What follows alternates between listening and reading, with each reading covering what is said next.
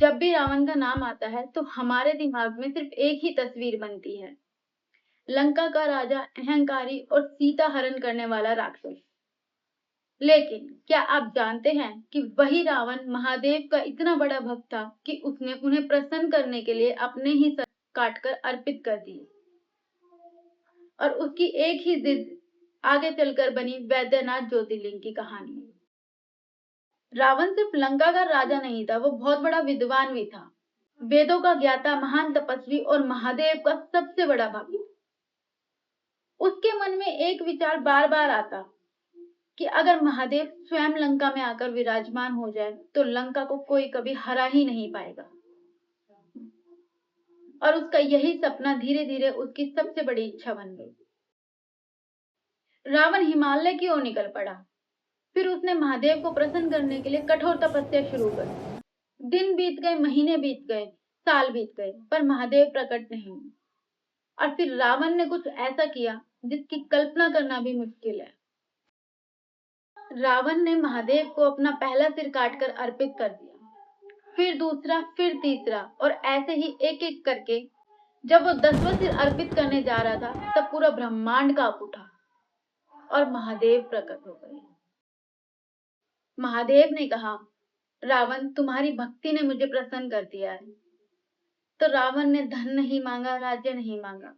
उसने कहा, प्रभु मेरे साथ लंका चलिए। तो महादेव मुस्कुराए। महादेव ने रावण को एक दिव्य शिवलिंग दिया, पर साथ ही में एक शर्त भी रखी कि रावण, इस शिवलिंग को तुम जमीन पर मत रखना।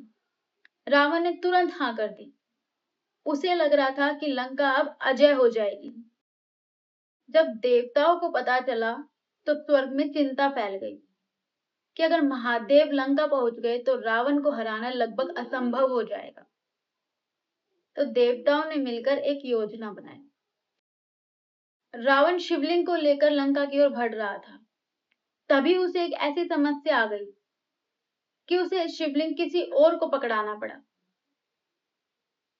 जिस व्यक्ति को रावण ने शिवलिंग दिया था उसने उसे जमीन पर रख दिया, और जैसे ही शिवलिंग धरती को स्पर्श हुआ वैसे ही वो वहीं स्थापित हो गया। रावण ने पूरी शक्ति लगा दी। उसने शिवलिंग को उठाने की पूरी कोशिश की, पर शिवलिंग उससे बिल्कुल हिला तक नहीं। तब रावण को समझ में आया कि ये महादेव की इच्छा है। जहां शिवलिंग स्थिर हुआ वही स्थान आगे चलकर वैद्यनाथ धाम के नाम से प्रसिद्ध। कहते हैं महादेव ने सदा के लिए वहीं विराजमान होने का निर्णय लिया। वैद्यनाथ ज्योतिर्लिंग की कहानी हमें एक अजीब बात सिखाती है कि भक्ति बहुत शक्तिशाली होती है, पर भक्ति से भी ज्यादा शक्तिशाली होती है महादेव की इच्छा। तो अगर आपको लगता है कि रावण सिर्फ एक खलनायक नहीं था बल्कि वो बहुत बड़ा भक्त भी था, तो कमेंट में हर हर महादेव जरूर लिखें।